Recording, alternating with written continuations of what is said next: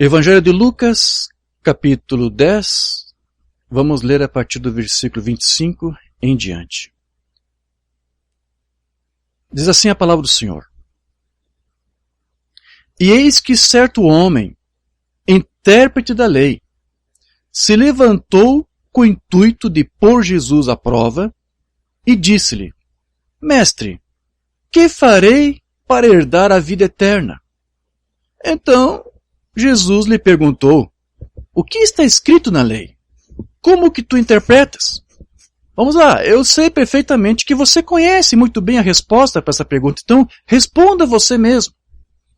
A isto ele respondeu: amarás o Senhor teu Deus de todo o teu coração, de toda a tua alma, de todas as tuas forças e de todo o teu entendimento, e amarás o teu próximo como a ti mesmo. Pronto. A armadilha foi montada. Então, Jesus lhe disse: você respondeu corretamente, faça isso e viverás. Pronto. Só isso, acabou. O que mais você quer que eu faça? Você está esperando que eu pregue alguma coisa aqui que seja contrária à palavra do meu Deus? Veja, isso aqui deixou aquele doutor que estava ali provando, experimentando Jesus de mãos amarradas. Aí então continua. Ele, porém, querendo justificar-se, perguntou a Jesus: quem é o meu próximo? Como ele fracassou sim em tentar pegar Jesus em alguma contradição, então agora esse doutor aqui tratou de dissimular com uma outra pergunta a fim de disfarçar a capciosidade da primeira. Olha só. Então Jesus prosseguiu dizendo: certo homem descia. Agora aqui Jesus vai lançar uma armadilha com base nas palavras do próprio doutor. Certo homem descia de Jerusalém para Jericó e veio a cair em mãos de salteadores, os quais, depois de tudo lhe roubarem e lhe causarem muitos ferimentos, retiraram-se, deixando-o semi-morto. Casualmente descia um sacerdote por aquele mesmo caminho e, vendo-o, passou de largo. Semelhantemente, um levita descia por aquele lugar e, vendo, também passou de largo. Certo samaritano, que seguiu o seu caminho, passou-lhe perto e, vendo, passou de largo? Não. Que fez? Compadeceu-se dele e, chegando-se, pensou-lhe os ferimentos, aplicando-lhes óleo e vinho, e colocando-o sobre o seu próprio animal, levou-o para uma hospedaria e tratou dele. No dia seguinte, tirou 2 denários e os entregou ao hospedeiro, dizendo: cuida deste homem, e se alguma coisa gastares a mais, eu te indenizarei quando voltar. Agora Jesus pergunta: qual desses 3 te parece ter sido próximo do homem que caiu nas mãos dos salteadores? Respondeu-lhe o intérprete da lei: o que usou de misericórdia para com ele? Então disse Jesus: vai e procede tu de igual modo. Amém. Vamos tratar sobre isso daqui a pouco, mas antes vamos falar com o Senhor. Precioso Deus e querido Pai, aqui estamos para te exaltar e te glorificar por esse momento que tu nos permite termos para ler a tua palavra e refletir sobre as lições que ela nos traz. Que tu, nesse instante, Senhor, ilumina os nossos olhos, os nossos corações, para compreender essa parte da palavra e que possamos entender e receber de ti o que tu tem para nos dar nesta manhã. Que tu abençoe nossas vidas, nossos corações, e que a palavra, Senhor, possa realmente transformar nossas vidas e possa falar conosco. Que tu, Senhor, remova toda dúvida, todas as trevas, que se dissipe toda dúvida, toda incredulidade, todo ceticismo, e que a tua palavra, Senhor, possa clarear mais e mais o nosso entendimento, e que possa nos ajudar e nos fortalecer a pôr em prática tudo aquilo que ela nos ensina. É esse o desejo que temos nesta manhã. Estamos propostos a isso, e por isso rendemos nossas vidas a ti agora humildemente, em espírito e verdade, para te servir e para te adorar. Receba aqui, Senhor, esse momento que estamos passando, Pai. Encomendamos para ti agora esta reunião. Que tu nos ajude, que tu nos abençoe. É o que nós te pedimos, no maravilhoso nome do teu Filho Jesus Cristo. Amém. Amém. Graças a Deus. Então, meus irmãos, domingo passado nós tratamos sobre a questão de nós termos um bom propósito de vida. E o bom propósito de vida que Deus quer que nós tenhamos é que nós vivamos nossas vidas para Ele, colocando Ele em primeiro lugar, na esperança de que as outras necessidades que nós temos, Deus vai suprir, Deus vai agregar, Deus vai acrescentar. Então nós cremos, nós confiamos de que este é o propósito que Deus tem para nós. É o que nós lemos e refletimos. A palavra diz que Deus nos predestinou para sermos santos diante dele. Ele nos chamou para que vivêssemos em humildade, para que praticássemos a justiça, não é isto? E vivêssemos humildemente diante dele. Então, essa é a razão da nossa existência. Esse deve ser o nosso propósito. Não apenas o de Deus, também deve ser o nosso. Então, puxando um pouco sobre o tema que nós tratamos domingo passado, eu quero estender isso para que você compreenda que, então, se esse é o propósito que Deus quer para conosco, nós temos que compreender muito bem como desenvolver isto e como viver isto na prática. Porque se nós somos cristãos, se nós somos filhos de Deus, nós vamos demonstrar isso não apenas com uma fé confessada, mas também com uma fé vivida. E é sobre isso que nós vamos tratar hoje.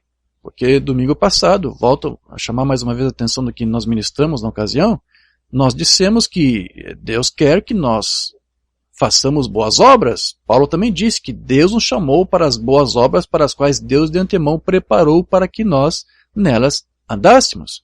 Mas nós dissemos também na ocasião que nós não somos salvos por causa dessas obras, mas em decorrência de nossa salvação, nós provamos a nossa salvação e eleição pelas obras. Então nós fazemos obras porque somos salvos.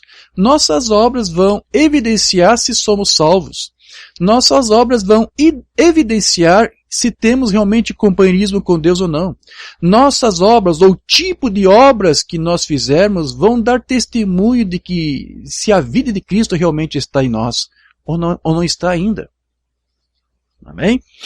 Então eu quero tomar um pouco como uma lição para nós compreendermos isto, esta parábola aqui que nós acabamos de ler. Aqui nós vimos que este mestre da lei, esse intérprete da lei estava aqui testando o Senhor Jesus Cristo. Ele estava ali tentando encontrar ali algum erro, algum deslize doutrinal, e é o que muitos naqueles dias estavam fazendo. Muitos mestres, muitos escribas, fariseus estavam sempre ali à espreita de Jesus, buscando encontrar ali alguma falha doutrinária em Jesus para depois acusá-lo e chamá-lo de falso. E realmente uma doutrina errada, ela é sinal de que algo não está bem. Porque Deus ele não pode inspirar um ministro seu a ensinar o que a palavra não diz. Então, eu creio que quando o ministro se equivoca sobre algo, por exemplo, um tema doutrinário, eu acredito, esse é o meu entendimento, que Deus ainda até lhe dá um tempo e sempre poderá usar algo ou alguém para lhe mostrar onde está o equívoco, para que de algum modo esse ministro se corrija. Mas quando o ministro depois insiste com as suas próprias doutrinas, então Deus mesmo deixará esse ministro aí cair em sua própria armadilha. Ele pode tentar ajudar este homem, este ministro. Olha, os cadarços dos sapatos estão soltos, amarre-os. Então, se ele for prudente, ele vai admitir que está equivocado em alguma coisa, que alguma coisa está em falta, ele vai amarrar os sapatos. Mas se ele for um soberbo, não, estou bem assim com os sapatos amarrados. Uma hora dessa ele vai pisar nos seus próprios cadarços e vai tropeçar e vai cair. Então é isso que acontece. Quando o ministro insiste em seus erros, mesmo depois de ter sido aí admoestado ou repreendido, então Deus deixa esse ministro aí por conta própria, para que ele caia em suas próprias armadilhas. Porque uma vez que ele não se corrige, isso vai resultar em que ele tome outras atitudes semelhantes, ou seja, vai começar a pregar outras coisas erradas e vai ficar aí cavando seu abismo cada vez mais profundo. Amém? Então, mas veja, esse doutor aqui da lei, ele falhou em conseguir de Jesus ali uma palavra que estivesse fora da Escritura. Então, ao desistir do seu fracassado intento, ele tratou ali de se refazer com uma outra questão para apenas falsamente justificar ou ocultar a real intenção daquela primeira pergunta que ele fez. Então ele disfarça ali, né, com aquela pergunta sobre o que a Escritura estaria dizendo com respeito a amar o próximo, né? Ele fez essa pergunta então, né, para se emendar, para se corrigir. Mestre, mas o que eu quero chegar, na verdade, a questão que me importa, mestre, simulando, né? O que me interessa é isso, é aí que eu quero chegar, entende? É por isso que eu estou te fazendo essa pergunta. O que eu preciso saber, a minha dúvida realmente, mestre, é quem é este próximo? É apenas alguém que seja nossa própria religião? Quem que é isto? Então Jesus conta esta parábola aqui de alguém que foi assaltado, que foi espancado por salteadores, por ladrões. Aquela região ali, disse Jesus, era desde Jerusalém até Jericó. E diz os estudiosos que essa região ali é bastante acidentada, ela é um vale realmente. De Jerusalém até chegar a Jericó é um vale. E tortuoso, tem várias montanhas, tem vários vales, tem várias, como eu vou dizer, ribanceiros, acho que assim chamam, e existem muitas cavernas próximas ali, então os salteadores, os ladrões, Jesus conhecia aquele trajeto. Se escondiam por ali à espreita de tentar pegar alguém para assaltá-lo. Então Jesus ele já deve ter passado por ali algumas vezes. Então quando ele contava suas parábolas, ele tirava elementos às vezes de coisas que ele via. E era um percurso longo. E este homem, ele foi aí espancado, e Jesus disse que ele ficou semi-morto, ou seja, ele ficou quase, ele deve ter ficado em coma, ele deve ter recebido uma concussão cerebral, ficou ali em estado de coma praticamente, semi-morto, quer dizer, não se mexia, e ficou ali à espreita de que alguém ali o acudisse. Como Jesus disse que este homem vinha de Jerusalém, então eu quero crer, essa é a minha interpretação pessoal, de que ele está querendo usar com isto, essa referência para dizer que aquele homem ali era um judeu. Tá bem? Eu creio que foi para isso que Jesus criou essa localização, né? Sai de Jerusalém em direção a Jericó. Então era um judeu. Se estava em Jerusalém, na cidade, embora a gente saiba que gentios também andavam por ali, mas eu quero crer nisto. Era um judeu que estava passando por ali. Mas veja, ele conta nesta parábola que 2 religiosos passaram ali e recusaram tratar daquele homem moribundo. Era um sacerdote e depois foi a vez um levita, que era uma espécie de ajudante, de obreiro, de diácono do sacerdote. O levita auxiliava o sacerdote nas suas funções do templo. Esses 2 homens, eu quero crer que também estavam saindo de Jerusalém, porque Jesus usou o mesmo termo, eles desciam. Né? O homem que vinha de Jericó, de Jerusalém, desceu a Jericó. E o sacerdote e o levita também desceram. Então eu quero crer que todos eles vinham da mesma região. Certo? Eu acredito que eles tinham terminado suas funções ali no templo e agora estavam indo para os seus lares, estavam indo para sua casa. E eles se depararam com aquele homem ali. Mas veja, eles recusaram tratar daquele homem. E eu acredito que a razão, ou o argumento, ou a escritura que eles devem com certeza ter utilizado para justificar aquela atitude de não acudir aquela pessoa que estava ali, moribunda, semi-morta, a escritura que aqueles homens devem ter usado para não fazer isto é a de Levítico capítulo 21. O que diz lá, irmão Jorge? Vamos lá. Se você entender isso aqui, você vai entender por que esses homens não cuidaram daquele homem lá na estrada. Levítico capítulo 21, versículo 1. É uma orientação que era dada na lei para os sacerdotes. Disse o Senhor a Moisés, fala aos sacerdotes, os filhos de Arão. Então é sacerdotes e levitas, né? Arão era um levita. E diz-lhes, o sacerdote não se contaminará por causa do morto entre o seu povo. Então, e Jesus disse que aquele homem estava semi-morto. Então isso quer dizer que este homem ali não tinha ali sinais de vida aparente, não se mexia, não se movia, então eles pensaram, deve estar morto. Né?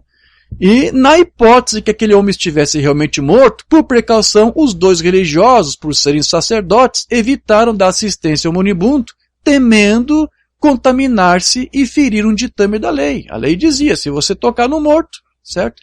Mas havia prescrições, se caso isso acontecesse, depois eles tinham que passar por uma purificação, né?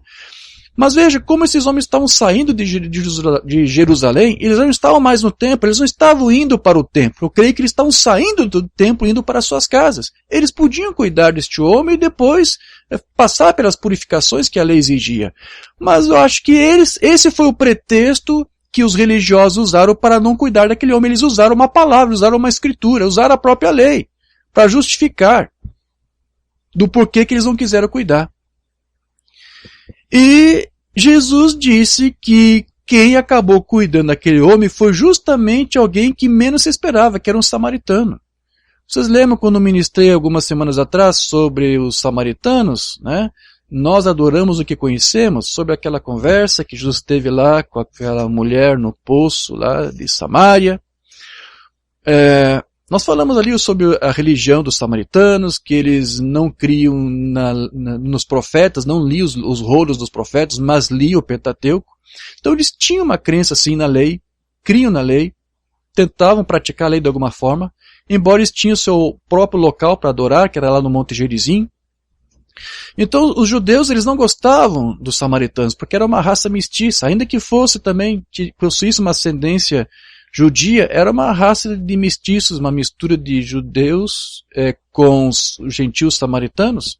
Então os judeus abominavam os samaritanos, não gostavam. Todos os dias nas suas sinagogas, os judeus oravam a Deus pedindo para que Deus exterminasse o samaritano da face da terra.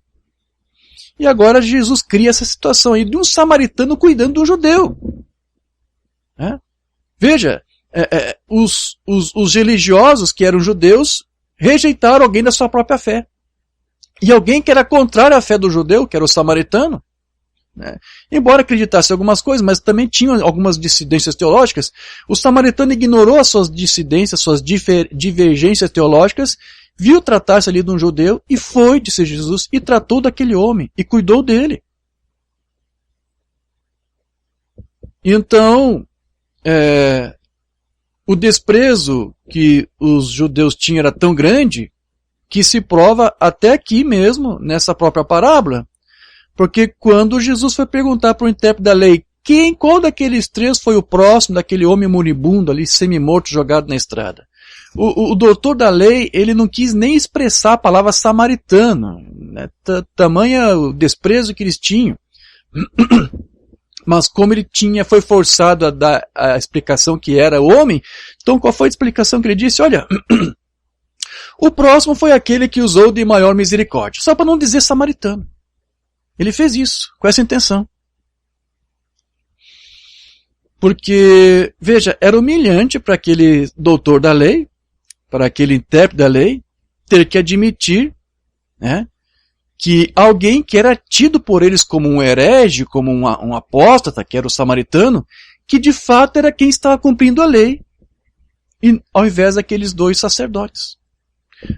Como assim, irmão Diógenes? O samaritano estava cumprindo a lei? Como assim? Vamos lá, tente entender isso. Eu quero que você preste muita atenção e assim você vai entender a grande armadilha que Cristo criou aqui para este homem.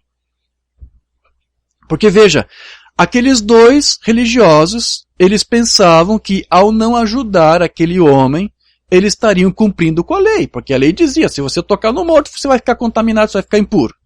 Mas aqui Jesus mostrou que não, eles não estavam cumprindo a lei quando eles tomaram aquela atitude. No seu afã, no seu empenho de mostrar que amava a Deus cumprindo com algum preceito da lei, ao mesmo tempo, aqueles dois judeus ali, o sacerdote e o levita, descumpriram a lei. Quando eles deixaram de mostrar o mesmo amor para com alguém em necessidade. Eles achavam que estavam cumprindo a lei e amando a Deus, não tocando no morto. Mas por não tocar, na verdade não era morto, sim, não estava morto. Mas por não ter ajudado aquele homem, então eles não estavam cumprindo aquela outra parte da lei. Porque a lei dizia, ame a Deus e também ao próximo. Né? Então eles acharam, olha, estamos amando a Deus ao seguindo o que Deus nos manda fazer sua palavra. Não tocar numa pessoa nessas condições. Mas a própria palavra diz também que você tem que amar o próximo. Então aqueles dois judeus achavam que estavam cumprindo a lei. E agora Jesus mostrou, não. eles não cumpriram a lei. Você mesmo agora me diz, porque você disse que temos que amar a Deus, sim, a sua palavra, de todo o nosso coração, todo o entendimento, mas também ao próximo. Eles fizeram isso? Eles cumpriram a lei? Não. Por isso que foi vergonhoso para aquele judeu ter que admitir que aqueles homens que estavam ali para guardar a lei não cumpriram a lei.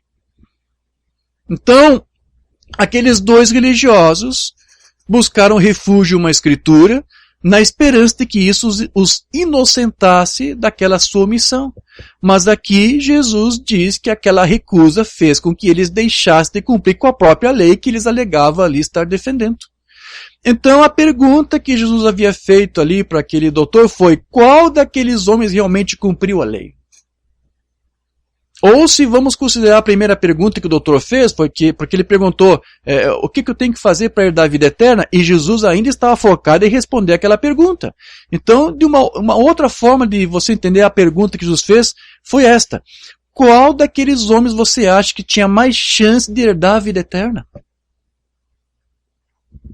Então veja que realmente Jesus havia deixado aquele doutor a lei ali em uma verdadeira encruzilhada. E o mestre da lei, ele poderia alegar estar amando a Deus, mas será que ele estava cumprindo corretamente com a Escritura, que diz que nós devemos amar ao próximo?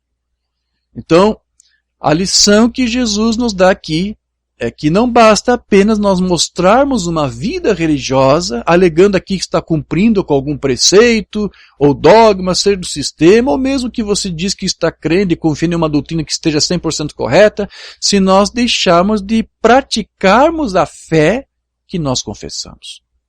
Rambana disse que nós temos que ser honestos, não apenas crer em uma fé correta, mas viver e praticar esta fé.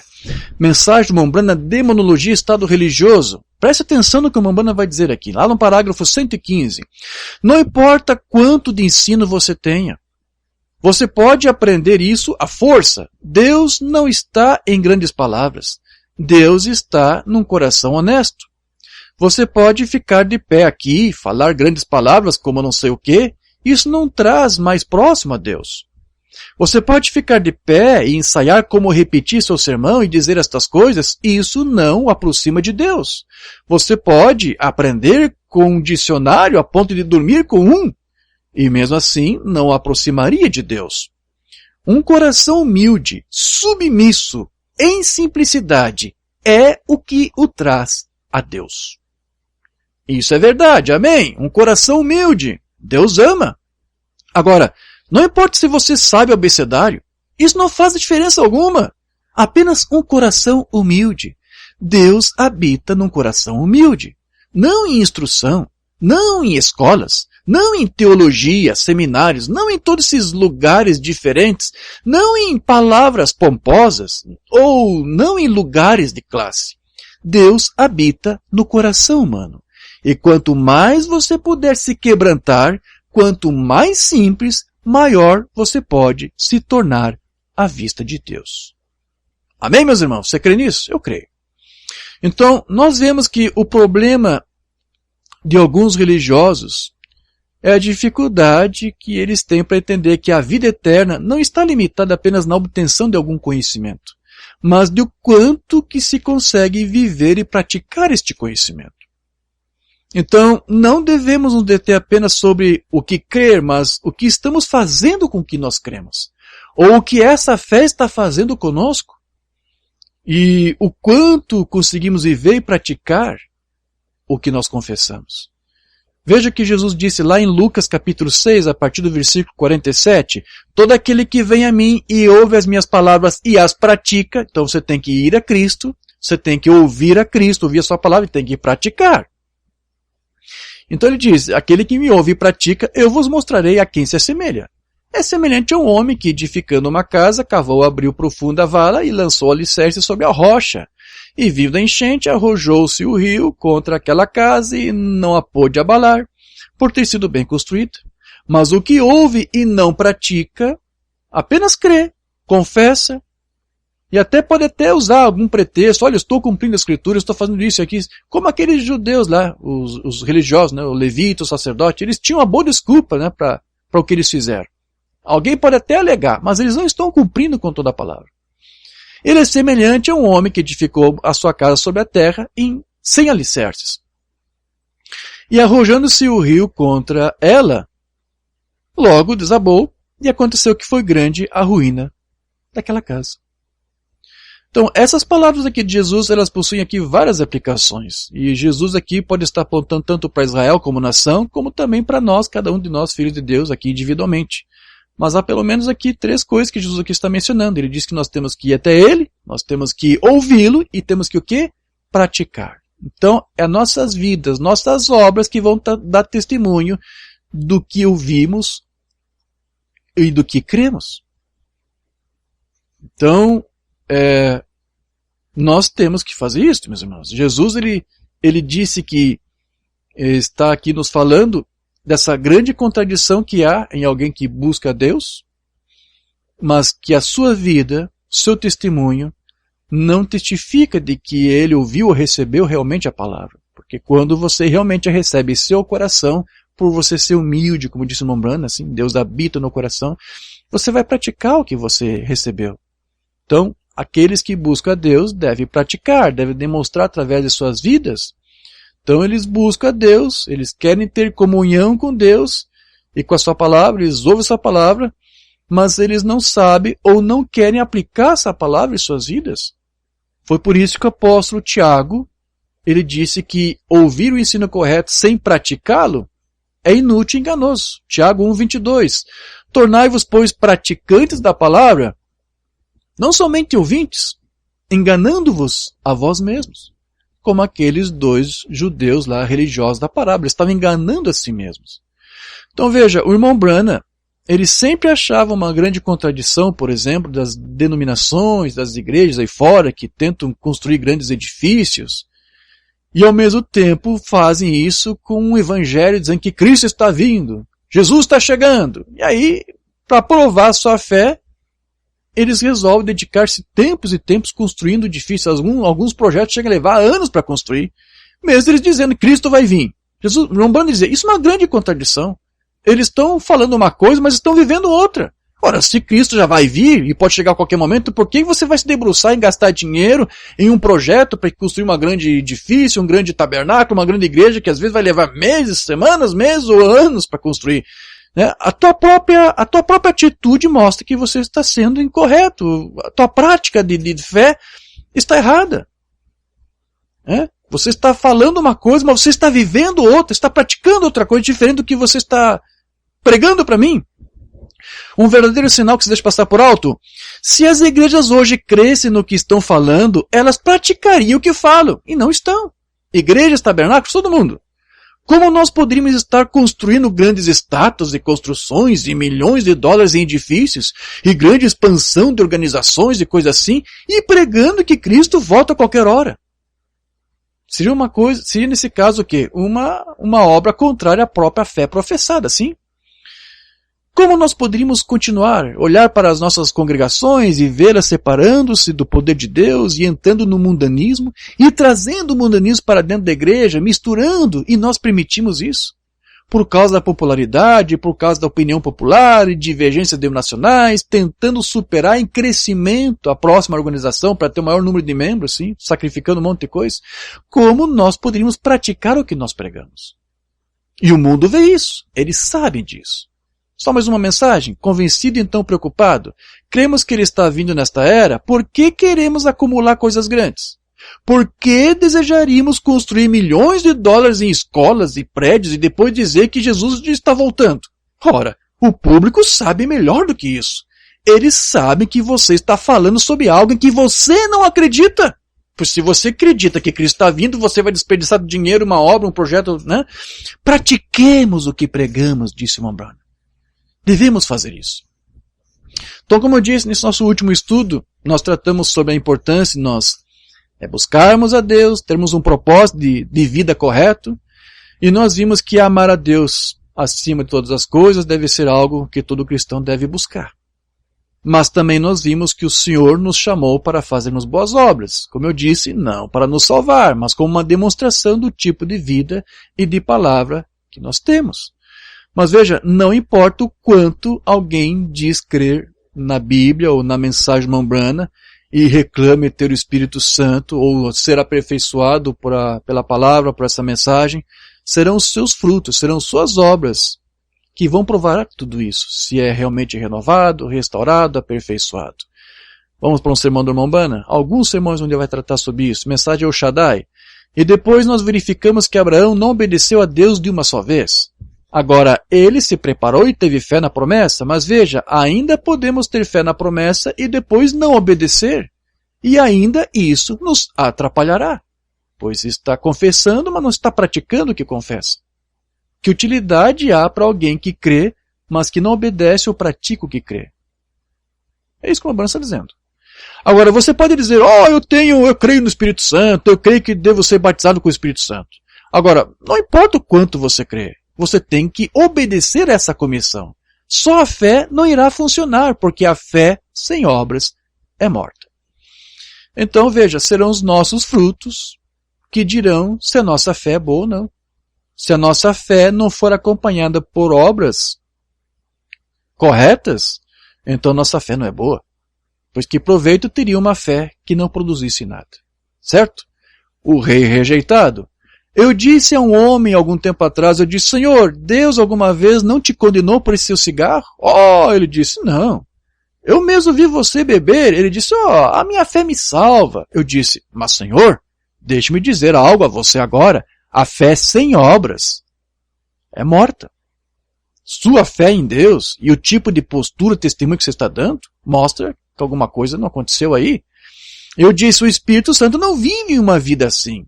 E eu disse, você pode ficar desapontado. Eu disse, agora, a fé está tudo bem, mas se as obras não acompanham a fé, então a própria fé não é boa.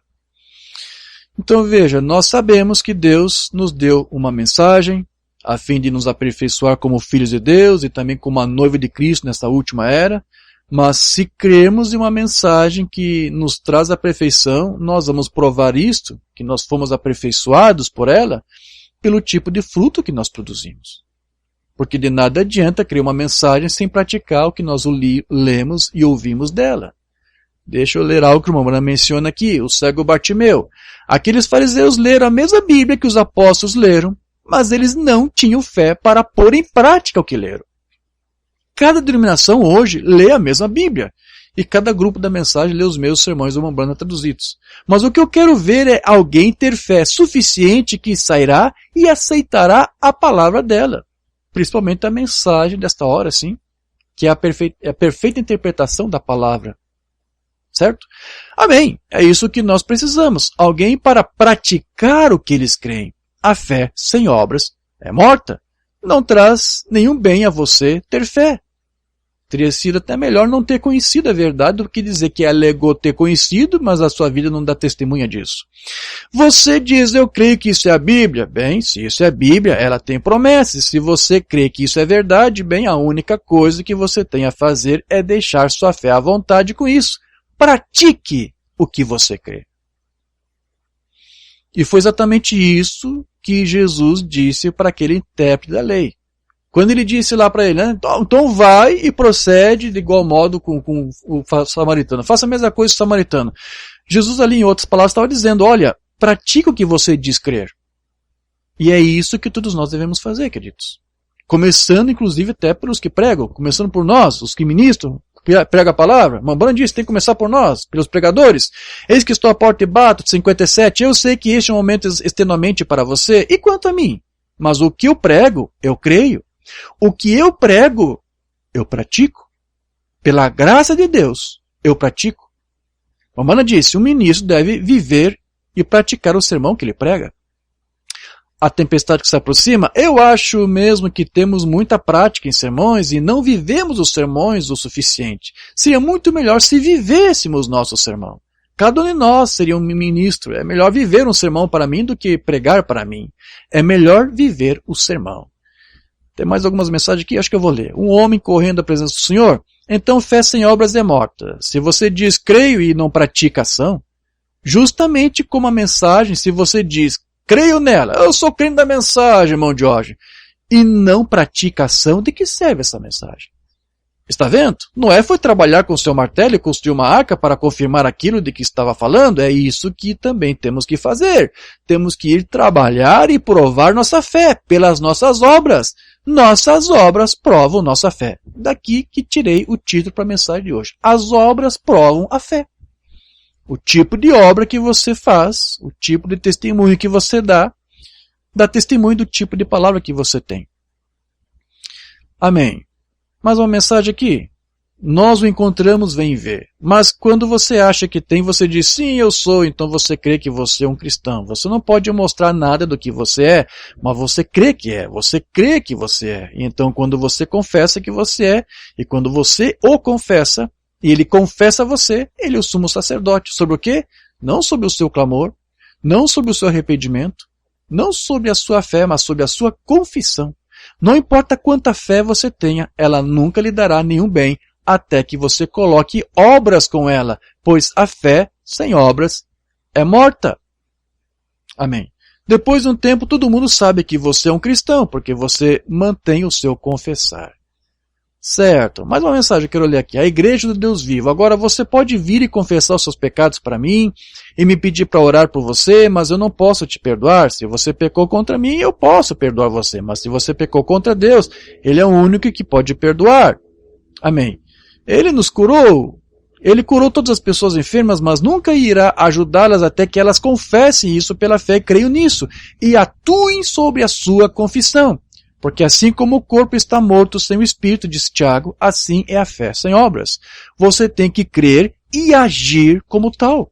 Quando você o aceita como seu Salvador, você tem que crer e agir como Ele. E é somente quando nós atuamos com base no que nós cremos, é que os sinais e os milagres de Deus acontecem em nossas vidas. Foi como a Umbanda disse, eu creio nisto. Não te enviei eu? Você não pode dizer, há muitos simpatizantes que dizem, a Bíblia está certa. Sim, irmão Branham, eu creio que a Bíblia está certa, mas sabe, eu não sei. Aí está você. Aí está você. Exatamente igual um bode velho batendo sua cabeça, sabe? Exatamente. Mas está tudo bem, mas sabe, nosso pastor não crê nisso. Está tudo bem, mas eu não creio que isso possa ser feito. Veja, aí está você novamente. Você nunca verá isso ser feito. Você tem que agir, você tem que fazer alguma coisa. E quando você aceitar a promessa de Deus e souber que é a promessa de Deus e agir sobre ela, o que vai acontecer? Você verá os milagres de Deus voltar à igreja de Deus vivo. Isso mesmo, você verá isto. Então, quando você diz que crê, mas quando você realmente pratica o que você crê, então você vê os sinais da palavra te acompanhar. Então, voltando ali para aquela parábola, Jesus, ele deu ao intérprete da lei um exemplo de prática de amor, onde ali um samaritano se compadeceu de um judeu, que era seu inimigo, por causa das suas divergências teológicas, certo? Mas, ali Jesus estava mostrando para aquele doutor, a menos que ele fizesse a mesma coisa que o samaritano, então as suas obras provariam que a sua fé estava errada. E o irmão Branham, ele também disse que quanto mais o cristão praticar a fé que ele professa, mais forte essa fé se torna. Amém? Eu quero ler isto. Desde então, 61. Eu tenho um slogan. Faça o certo. Esse é o seu dever para com Deus. Pense o certo. Esse é o seu dever para consigo mesmo. E você tem que dar certo. E se você tentar praticar a coisa certa, ela crescerá ao seu redor como uma videira e vai abraçar você nisso. E se você não pode amar o seu inimigo tanto quanto ama aqueles que o amam, há algo errado em algum lugar. Então veja, meus irmãos, aqueles dois religiosos lá da parábola, eles pensavam mais em si mesmos, correto? Do que nos outros. E isso era contrário tanto à lei de Moisés quanto à lei de Cristo. Porque todo cristão, ele vai pensar mais nos outros do que em si mesmo. O que o samaritano fez ali foi um exemplo do que todo crente nesta mensagem, por exemplo, deve fazer. Você sabe que vai encontrar pessoas que se mostrarão aí dissidentes a você por causa do que você crê, mas nem por isso significa que você não deve amá-las e ter consideração por elas. Você vai respeitar essas pessoas e vai manter sua posição de fé, seu entendimento, mas você não vai odiar aquelas pessoas que discordam de você só por causa disso. Amém? Você tem que fazer como o samaritano. Jesus disse que é isso que nós temos que fazer. Mensagem do Umbanda, em tua palavra, uma pessoa que vive sua vida para si mesma, como aquele sacerdote e o levita, eles não estão preocupados com o moribundo, estão preocupados mais consigo mesmos, certo? Uma pessoa que vive sua vida para si mesma, vive uma vida egoísta. Era isso que aqueles dois religiosos lá eram. Eram egoístas, foram egoístas. Devemos viver para os outros. Carregue os fardos uns dos outros e assim cumpram plenamente a lei de Cristo. Veja, não é apenas a lei de Moisés ali que dizia para amar o próximo. A lei de Cristo também diz, ame ao próximo, porém não como a lei. A lei dizia, ame ao próximo como a si mesmo. Cristo aperfeiçoou e disse, ame ao próximo como eu vos amei. Isso é muito mais avantajado, muito mais superior do que o mandamento da lei. Carregue os fardos dos outros, e temos que ter um sentimento um pelo outro. E, portanto, quando você faz tudo o que sabe fazer, quando você deita à noite, bem, você tem o consolo de saber que você tentou o seu melhor. É isso. A fé no Filho de Deus, 52, se eu fizer coisas erradas, não pretendo fazer. Não era minha intenção fazer. Deus tem misericórdia de mim, pois tento fazer tudo o que sei para ajudar o seu povo. Eu amo a Deus. Sei que essa é uma coisa que eu realmente faço. Eu amo o Senhor de todo o coração. E há algo dentro de mim que faz parte da minha vida. Eu não sei o que o futuro reserva, mas eu sei quem guarda o futuro. Isso é o principal. Eu sei que Ele guarda todo o futuro. Não é isso? Deus tem o nosso destino em nossas mãos, como eu já li em uma outra mensagem. E seja qual for o meu, isso está em suas mãos. Amém? Então, a cada dia, eu quero viver, não para mim. Se eu viver para mim, eu vivo uma vida egoísta. Como aquele sacerdote, como aquele levita. Deixar de amar alguém, como eu disse, só porque não crê como você, é anular a própria fé que você diz que você tem. O samaritano, ele deixou aquelas suas diferenças teológicas de lado e cuidou daquele judeu. Enquanto que aqueles religiosos da parábola ali faltaram com amor por alguém que cria como eles. E acredite, meus irmãos, isso é mais comum do que você possa imaginar nos dias de hoje. Muitas vezes tem pessoas em igrejas que são acudidas, não por pessoas do seu próprio tabernáculo ou igreja, mas por outras pessoas de uma outra religião, alguns até que nem são crentes. Então o que você vê Jesus ilustrando ali é uma reflexão, uma realidade do que nós vivemos. Os judeus ali, os sacerdotes, não quiseram cuidar daquele judeu. Então quem foi cuidar dele? Quem demonstrou amor a ele? Justamente alguém que não tinha a mesma fé que ele. E Jesus disse, é o que você tem que fazer. Então se você não conseguir além disso, você não vai passar de um simples religioso egoísta que só sabe amar a si próprio. Quero viver para os outros e dar toda a força que tenho. Não para mim mesmo e para o meu próprio prazer, mas para o benefício dos outros que edificará o reino de Deus. Deus usando o seu dom, de 56, qualquer cristão pensará nos outros antes de si mesmo. Todo cristão tenta colocar Deus em primeiro lugar, sua família em segundo lugar, e ele próprio é o número 3. Eu tentei fazer disso uma prática em minha própria vida. Então, meus irmãos, quando Jesus disse para aquele intérprete da lei que ele deveria fazer a mesma coisa que o samaritano da parábola fez, ele estava então dizendo que isso seria receber a vida eterna, que é quando alguém vive não para si mesmo, como aqueles dois religiosos egoístas, o sacerdote e o levita, mas para os outros. E foi exatamente isso que o irmão Branham ensinou. Mensagem aquele dia no Calvário, Jesus nunca viveu para si mesmo. Sua vida foi gasta pelos outros. Isso é perfeitamente a vida eterna, viver para os outros. Quando você diz que vai à igreja e faz coisas boas, tudo bem. Mas quando você vive sua vida para si mesmo, você não tem vida eterna. Vida eterna é viver para os outros. Essa foi a resposta que Jesus deu para aquele doutor da lei. Ô mestre, o que devo fazer para herdar a vida eterna? A resposta de Jesus foi essa mesma aqui. Não viva para si mesmo. Viva para os outros. Não viva para si mesmo como o sacerdote, como o levita. Viva para os outros como o samaritano viveu. Isso é vida eterna. Você quer saber o que é vida eterna? É isto. E sabe, por ele ser um intérprete da lei, ele entendeu isso que Jesus lhe disse. Maravilhoso. Realmente Jesus encruzilhou aquele, como se diz, enrolou aquele homem, né? Assim, amarrou ele, deixou de mãos amarradas. Certo? Isso provou quando isto veio no Cordeiro de Deus. Ele viveu e teve vida eterna porque ele não viveu para si mesmo, ele viveu para os outros. E você recebe vida eterna ao receber esse dia e você não vive mais para si mesmo, você vive para os outros.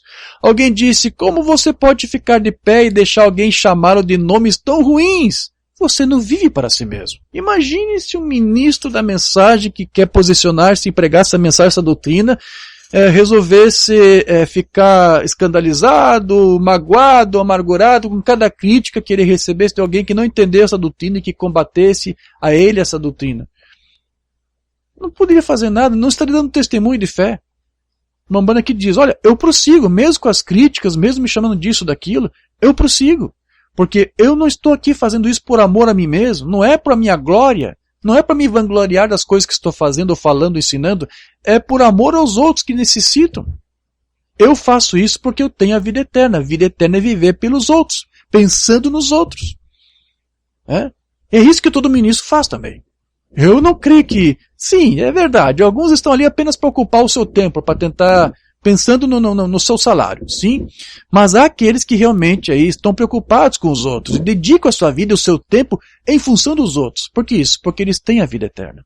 Vida eterna é viver em função dos outros, não de si mesmo. Certo? Mas a Umbanda disse, eu me preocupo com a minha família, mas a minha família vem em segundo lugar. Primeiro é Deus, depois minha família e depois é mim, depois vem os outros. Mas ele se preocupa, porque isso é vida eterna. Você não vive mais para si mesmo, você vive para os outros. Alguém disse, como você pode ficar de pé? Você não vive mais para si mesmo, você vive para os outros, para que possa redimir aquele homem. Você se torna filhos, e o problema é que a igreja esqueceu que eram filhos. Você é um filho, você está tomando o lugar de Cristo, você é um filho. Então não viva para si mesmo, viva para os outros, porque isso é a vida eterna. Então veja, Jesus, como eu disse, ele substituiu aquela parte lá da lei que dizia, ame ao próximo como a si mesmo. Eu preguei uma mensagem explicando detalhadamente sobre isso. Ele disse, novo mandamento vos dou. Não ame mais o próximo como a si mesmo. Isso acabou, isso foi a lei. Agora eu dou um mandamento mais sublime. Ame o próximo não como a ti mesmo, mas como eu te amei. Veja o que eu fiz por você. E faço o mesmo. Eu amei você mesmo sem você merecer esse amor. Eu amei você quando você era meu inimigo. Vai e faça o mesmo. Isso é vida eterna. Amém? Esse é o verdadeiro cristianismo. E aqui uma banda que está dizendo que Jesus só teve vida eterna porque ele amou dessa maneira. Portanto, um cristianismo sem prática é como um veículo sem combustível. Por mais potente que seja o seu motor, não vai servir de nada. Não vai em lugar algum sem combustível. Por mais maravilhoso que seja a fé que você diz ter, por mais correta que seja com a doutrina, de que utilidade vai ter se você não tiver este amor da vida eterna em tua vida para impulsionar você a praticar e viver essa maravilhosa palavra? É como também dizia um estudioso que já partiu, um calvinista. Eu assisti um vídeo dele muito interessante sobre livre-arbítrio. Eu postei lá no Facebook, na minha conta. Sproul disse, uma vida cristã sem amor é um exercício de futilidade. Por que adianta você dizer que tem Cristo se você não consegue demonstrar isto? Se fulano não crê em mim, eu não quero mais tratar com ele, eu vou persegui-lo, eu vou caluniá-lo, eu vou injuriá-lo, eu vou tratá-lo de todas as formas. Você não vai fazer isso. Se você é um cristão, você não vai fazer isso. Fulano tem problema de casamento e divórcio, eu não quero saber disso, eu quero distância dessa pessoa. Como você vai fazer isso? Molivet disse, eu jamais recusaria saudar ou apertar a mão de uma pessoa que tem problema de casamento e divórcio. Por que isso? Porque nós não sabemos realmente quem tem seus nomes no livro, disse ele. Tá certo. Porque tem pessoas que até não têm esse problema e não vão ter seus nomes no livro da vida. Mas alguns religiosos, sim, vão inventar todo tipo de pretexto. Não, a mensagem diz isso, a mensagem diz aquilo, a palavra diz isso, a Bíblia diz isso. Exatamente como o sacerdote e o levita que tinham suas desculpas escriturísticas para deixar aquele homem moribundo ali, né, morrer à míngua. Nós temos que ser como aquele samaritano que deixa as divergências teológicas de lado e pensa no seu próximo. Porque isso é a vida eterna. Você vai respeitar as divergências, mas você não vai deixá-lo de amá-lo por causa disso. Amém? Só porque você tem que amar não quer dizer que você tem que concordar com aquele pensamento. Deixe isso com Deus. Ele é Deus. Certo? Se ele necessitar também de uma ajuda e aceitar ser ajudado, você o ajuda. Se ele não aceitar ser ajudado nessa coisa, se ele achar que está certo, deixe ele com a sua posição e ajude em outras coisas que você acha que ele precisa e que você pode. Mas faça algo. Pratique o que você diz que é tão bom e que você crê melhor. Amém? Então, veja, é por essa razão que João não tinha papas na língua, hein? Ele foi ainda mais longe e ele chama de filho do diabo a todo aquele que não ama seu irmão. Ele disse isso, irmão Jorge, não lembra? Não lembra? Vamos lá. 1 João 3,10. Nisto são manifestos os filhos de Deus e os filhos do diabo. Todo aquele que não pratica a justiça, todo aquele que diz que crê, mas não vive, não pratica o que crê. Olha só que forte isso aqui. Não procede de Deus. Em outras palavras, é filho do diabo. E nem aquele que não ama seu irmão. Todo aquele que não ama seu irmão é filho do diabo. Achou pouco? Então veja, meu querido, não importa o quanto nós alegamos ter compreendido da Bíblia desta mensagem, nossas obras provam que tipo de fé nós realmente temos. Amém? Então veja, naquele dia de Jesus, a classe religiosa ali, ela alegava estar cumprindo com a lei de Moisés, mas com aquela própria parábola que Jesus criou ali, ele demonstrou que na prática isso não estava acontecendo. Provando que eles não haviam realmente compreendido qual era a verdadeira finalidade de Deus ter enviado para eles um profeta como Moisés. Assim como eles não estavam entendendo por que Deus está enviando ali o seu filho. Porque Deus nos envia o profeta, uma mensagem com um propósito. E a própria Bíblia dava o seu parecer do porquê que Deus envia um profeta. No caso de Moisés, vamos lá, Deuteronômio capítulo 5, versículo 1. Chamou Moisés a todo Israel e disse-lhe, ouvi, ó Israel, os estatutos. Ouça a palavra. Busque a informação. Ouvi os estatutos e juízos que hoje vos falo aos ouvidos. Aquilo que o profeta Moisés estava falando era algo que Deus lhe deu para falar. Então, ouvir seria a mesma coisa que ouvir o próprio Deus falando ali por ele, certo? Para que, Moisés? Para que aprendais, ou seja, para que você estude, para que você investigue, para que você examine o que você está ouvindo, certo? E cuideis em os cumprirdes. O que é isso? Praticar. A própria lei dizia, você tem que atentar, você tem que crer, você tem que aceitar, mas você tem que praticar isso. Então, o propósito de Deus para a igreja não é de apenas você ouvir, seja um ministro, ou seja uma fita, mas de aprender e, como que é, cumprir. Não é isso? Cumprir com a palavra de Deus. Mensagem ou sinal, não chegue simplesmente você até aqui dizendo, eu creio na mensagem, irmão Brana. Obedeça a mensagem. Pratique a mensagem. Viva a mensagem. Entre em Cristo. Você diz, bem, eu creio em tudo que a Bíblia diz, a palavra diz, irmão Brana. Isso é bom, mas isso é ser capaz de ler. Tome a mensagem, tome-a em seu coração. Viva e pratique. As tuas obras provarão a tua fé. As tuas obras provarão se realmente você creu e aceitou esta mensagem. Tome em seu coração que você tem de ter o sinal que a própria vida que estava em Cristo esteja em você. Agora, vamos lá. Sempre quando eu toco neste assunto de que você tem que praticar obras, porque a palavra diz que nós fomos chamados para isso, eu sempre vou chamar também a atenção para o outro lado. Porque é verdade, o Tiago disse, a fé sem obras é morta. Mas eu também sempre digo que as obras sem a fé correta também são mortas. Não importa quantas obras você fizer. Porque se é só questão de fazer obras, então, quando é que vamos superar os católicos? Olha quantas obras, quantos monumentos, quantos tabernáculos, quantas igrejas, templos eles construíram. Catedrais. Você vai medir a fé deles pelas obras, então você vai se sentir pequeno diante deles. De tantas obras que eles fazem. Mas veja, são muitas obras, mas qual é a fé que impulsiona aquelas obras? Se não for mesmo a fé apostólica, aquelas obras são mortas. Então eu sempre chamo também atenção para isso. Você tem que atentar para o tipo de fé que você tem. Tem que ser uma fé correta. E a fé correta vai produzir boas obras. Agora, é claro, não basta apenas ter uma fé correta, porque alguns, como estou dizendo aqui, têm uma fé correta, mas não conseguem produzir obras. Por quê? Não põe a culpa na fé. Não põe a culpa na mensagem. Talvez o terreno ali que não está muito bom. Ou talvez seja bom, mas tem espinhos, tem pedras e esqueceu de lavrar e de tirar essa coisa toda. Tem que haver uma limpeza antes. Alguma coisa que pode estar atrapalhando. Certo? E veja, eu já disse assim, vou dizer outra vez, Cristo disse que nós temos que carregar nossa cruz todos os dias. E eu já expliquei uma mensagem que uma Umbanda interpretou, explicou isso, dizendo que temos que morrer todos os dias. Então todos os dias há um espinho para nós arrancarmos, tirarmos aqui. Todos os dias há uma outra pedrinha aqui que está atrapalhando que nós temos que tirar.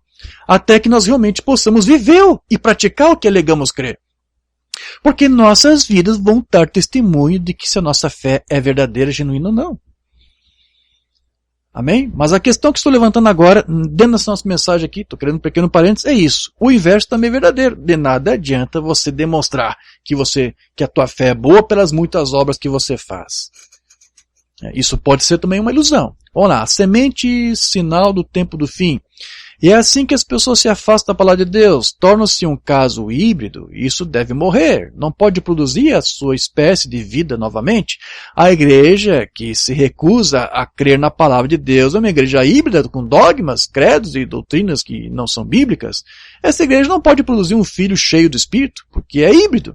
Isso não é bom, isso pode ser maior, com grandes paredes, bancos finos, grandes sinos, assentos de pelúcia, mas isso não significa nada. São obras, mas são mortas porque a sua fé é morta. Está espiritualmente morto. Obras mortas, porque a sua fé está morta. Isso mesmo, não pode produzir filhos cheios do Espírito porque é a própria morte. A aliança de Abraão confirmada?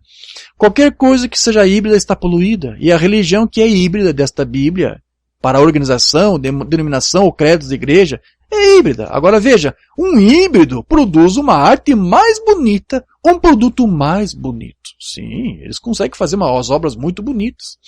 Mas isso não pode dar testemunho de que a sua fé também é bonita. Certo?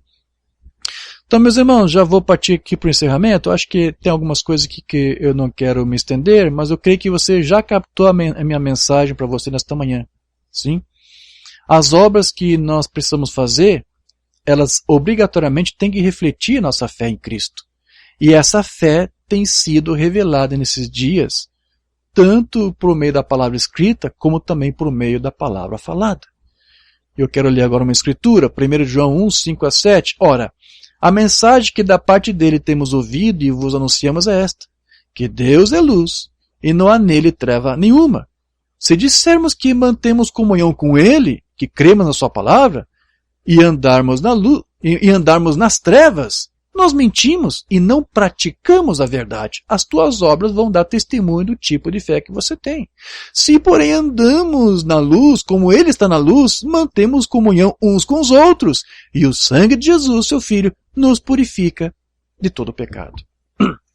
Então aqui João diz que aquilo que cremos deve ser refletido por meio de nossas vidas, por meio de nossas ações. Andar na luz significa viver e praticar realmente aquilo que nós cremos. Se nós dissermos que nós andamos com Deus, mas nossas vidas não refletem isso, então há alguma coisa errada em algum lugar. Mas se nós andamos na luz é porque essa luz está realmente em nós e mudou nossa natureza. Essa luz ela tem acompanhado a igreja ao longo das eras, por meio de uma palavra. A irmã Branda ensina também que não somente o poder do Espírito, mas a própria vida do Espírito tem percorrido todas as eras para alcançar os eleitos em cada uma delas, a fim de que esse mesmo Espírito possa descer e se manifestar na forma da palavra perfeita para cada era. E nós cremos que nesse último dia Deus tem feito a mesma coisa. Para que isso? Para nós produzirmos as mesmas obras e cumprir com a lei de Cristo, fazendo as mesmas obras que Cristo fez. Então você vai dar testemunho de que realmente Cristo está em você quando você age e atua e fala como Ele. Conforme disse o irmão Branda, cada filho de Deus necessita passar por uma espécie de treinamento, o qual possui aí algumas fases, onde primeiramente Deus treina os seus filhos, revelando a sua palavra, e depois ele vai ungir esses filhos para trazer ou para fazer a sua obra, a fim de que eles adquirem uma prática, uma experiência daquilo que eles viveram ou aprenderam. Homem chamado por Deus, Deus não pode enviar um avivamento até que ele tenha homens em forma para recebê-lo. Nós não podemos ter um avivamento até que consigamos homens chamados por Deus, homens treinados por Deus. Isso aqui não é só para ministro, isso aqui é para a igreja toda. Você tem que ser treinado. Então, se alguém diz que crê, mas não consegue dar um bom testemunho através da sua vida, é porque não foi totalmente treinado ainda. Tem que passar por um treinamento. Amém, meus irmãos? Tem mais algumas coisas aqui, mas eu não quero ler. Eu já quero concluir essa nossa breve palestra aqui. Mas chamando a atenção para o que eu disse, você vai demonstrar que Cristo está em você através das obras. As tuas obras vão evidenciar realmente se o que você tem é mais do que uma concepção intelectual. Se realmente a vida dessa doutrina está em você. Como nós já temos ministrado em várias ocasiões. Quero ler só aqui algumas mensagens para nós ilustrarmos isso. Queríamos ver a Jesus, mas agora enquanto Ele está aqui operando com a sua igreja na forma do Espírito, então se o seu Espírito está conosco, Ele agirá exatamente como Ele agiu quando Ele esteve aqui na terra. E isso fará você agir da mesma maneira, porque não é mais o teu Espírito, é o Espírito dele em você. O Espírito de Cristo em você. As coisas que aquele que crê em mim, João 14:12, as obras que eu faço, vós também as fareis. Vê? Nós faremos as mesmas obras, pensaremos os mesmos pensamentos, viveremos o mesmo tipo de vida. Se o Espírito de Deus está em você, isso faz você viver como Cristo. Então, se você se torna uma epístola escrita, lida por todos os homens, Cristo em vós, refletindo sua luz por você, como Deus estava em Cristo, reconciliando o mundo consigo mesmo e refletindo Deus pelo seu próprio corpo. Outra mensagem, a igreja tem que ser tão perfeitamente como Cristo, até que Cristo e a igreja possam se unir, o mesmo Espírito. E se o Espírito de Cristo estiver em vós, ele faz você viver a vida de Cristo, agir a vida de Cristo, fazer as obras de Cristo. Nós agradecemos ao Senhor por isto, andar em uma vida consagrada, entregar-se com doçura, humildade, andar no Espírito, andar, falar, vestir, agir como cristãos humildes e doces. Não deixe que isto fale agora. Amém? É isso. Lembrando, ele disse que todo filho e filha de Deus deve se comportar como tais. Agindo, andando, falando, se conduzindo como filhos, para mostrar realmente o que está dentro dele. As tuas obras vão dar testificação, vão testificar da tua fé.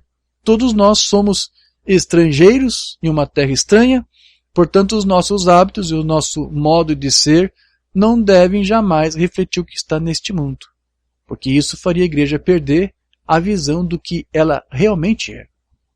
Amém, meus irmãos? Leia só essa mensagem umbanda e já concluo. Sedentos por vida, de 59. O que estão a fazer os cristãos? Somos estrangeiros. Nosso pai é o rei. Desculpe. E nós somos filhos e filhas de Deus. Devemos nos comportar como filhos e filhas de Deus. Quando eu vejo a igreja se tornando tão solta, e as mulheres em seu modo de se vestir, imoral, e os homens fazendo, isso me entristece. Porque somos filhos e filhas de Deus. E devemos agir, e andar, e falar, e nos conduzir assim. Quando ficamos longe disso, tenho medo que haja algo de errado em nós. Perdemos a visão de quem somos, porque a vida que está em nós é o que nos guia e nos dirige. Amém? Que o Senhor esteja com a sua igreja, dando essa orientação, dando essa direção, para que nós possamos sempre, com boas obras, testificar dessa maravilhosa palavra. Se nós não conseguimos testificar, a culpa não pode ser dessa palavra. É do que eu disse, é alguma coisa em nós que precisa morrer ainda, alguma coisa que precisa ser tirada de nós. Então, meus irmãos, uma palavra simples, humilde, que todos devem dominar e conhecer, mas com um pouquinho mais de profundidade, porque eu tentei explicar hoje um pouco mais sobre essa questão que Mambana levantou em suas mensagens. Viver a vida eterna é viver para o próximo, viver para o outro, não viver para si mesmo. Se temos feito alguma coisa contrária a isso, que o Senhor nos corrija. Que Deus nos ajude Eu quero crer que essa palavra dessa manhã vai ajudar a lapidar as mentes e corações de alguns filhos que precisam ser corrigidos nisso. Talvez eu mesmo também preciso ser corrigido em alguma coisa assim. Mas se queremos provar que a vida eterna está em nós, temos que demonstrar desta forma. Irmão Oliveira se preocupava muito com isso. Ele disse, irmão Branham, eu acho que eu não sou salvo, porque eu não consigo amar as pessoas. Irmão Branham disse, não é verdade, você ama. Você prega, você se esforça para transmitir a palavra. Se isso não é amor, eu não sei o que é. Você debruça, se dedica, lendo, estudando, para tentar passar melhor formação para os filhos. Se isso não for amor por eles, para que eles não se percam, não pratiquem ou confessem algo errado. Se isso não é amor, Oliveira, eu não sei o que é. E isso consolou, irmão Lee. Então, tente demonstrar o teu amor. Tente demonstrar que você tem vida eterna em você, fazendo algo pelo próximo, independente se o próximo não vai gostar ou não concordar com você. Ainda que ele não vá com a tua cara, como você diz. O judeu não ia com a cara do samaritano, mas o samaritano disse, quer saber? Ele está precisando de mim, e há algo que eu posso fazer por ele, e eu vou fazer. E ele deixou as suas diferenças teológicas de lado, deixou os seus muros teológicos, suas separações de lado, e ajudou. E fez de tudo para ajudar. Para que ele pudesse, como disse o irmão Branham, ter a certeza de que depois pudesse ter uma noite tranquila dizendo, eu fiz o melhor que pude. É isso mesmo. Esse conselho do irmão Branham é para nós. Tente fazer o melhor. Para que você possa depois de noite deitar na tua cama e descansar sabendo, você fez o melhor que você pôde. Seja o melhor filho de Deus que você puder ser. Prove a eles que a vida eterna está em você. Vamos falar com o Pai. Querido Deus, precioso Pai, obrigado por esse tempo que tivemos, trazendo à tona essas coisas maravilhosas. Sim, Senhor, como é triste, como é difícil para muitos entenderem que não basta apenas crer e aceitar e confessar uma palavra, mas praticar e viver o que se crê. Como Cristo ilustrou através daqueles homens que usaram a desculpa na Escritura para tomar aquela atitude, achando que estavam cumprindo com a lei, mas o próprio Cristo mostrou que eles transgrediram a outra parte da lei quando diziam que deveriam amar o seu próximo. Senhor, se há alguns de nós que estamos aqui também procedendo da mesma forma como aquele sacerdote, o levita, nos corrija, Senhor. E que seja com essa palavra. Nos corrija, nos endireite, para que nós possamos ser filhos melhores para Ti. Nos ajude, Senhor, a demonstrar que realmente algo novo aconteceu em nossas vidas. E que melhor forma de provar isto que Tu fez em nós, senão mostrarmos uma novidade de vida, uma nova forma de proceder, com mais humildade, com mais paciência. Ajude-nos nisso, Senhor, a sermos mais pacientes, a sermos mais tolerantes. Nos dê isso, Pai. Nós cremos que isso são frutos do Espírito, e esse fruto do Espírito não pode estar em nós se o Espírito não estiver em nós. Se alguém não consegue produzir esses frutos é porque tampouco o Espírito está neles. Mas, Senhor, se somos Teus filhos, então esse Espírito tem que estar em nós, e essas obras têm que acontecer. E se há algum impedimento, se há alguma pedra, se há algum espinho, remova, Senhor, para que nós possamos ser filhos reais e leais a Ti e a Tua palavra. Nos ajude nisso, Senhor. Queremos cumprir não só com uma parte da Tua palavra, mas com toda a Tua palavra. Não queremos prestar a Ti uma obediência parcial, mas total e íntegra à Tua palavra. Ajuda a Tua igreja nisso, Senhor. É o que nós Te pedimos, no nome de Jesus Cristo. Amém, Senhor. Graças a Deus.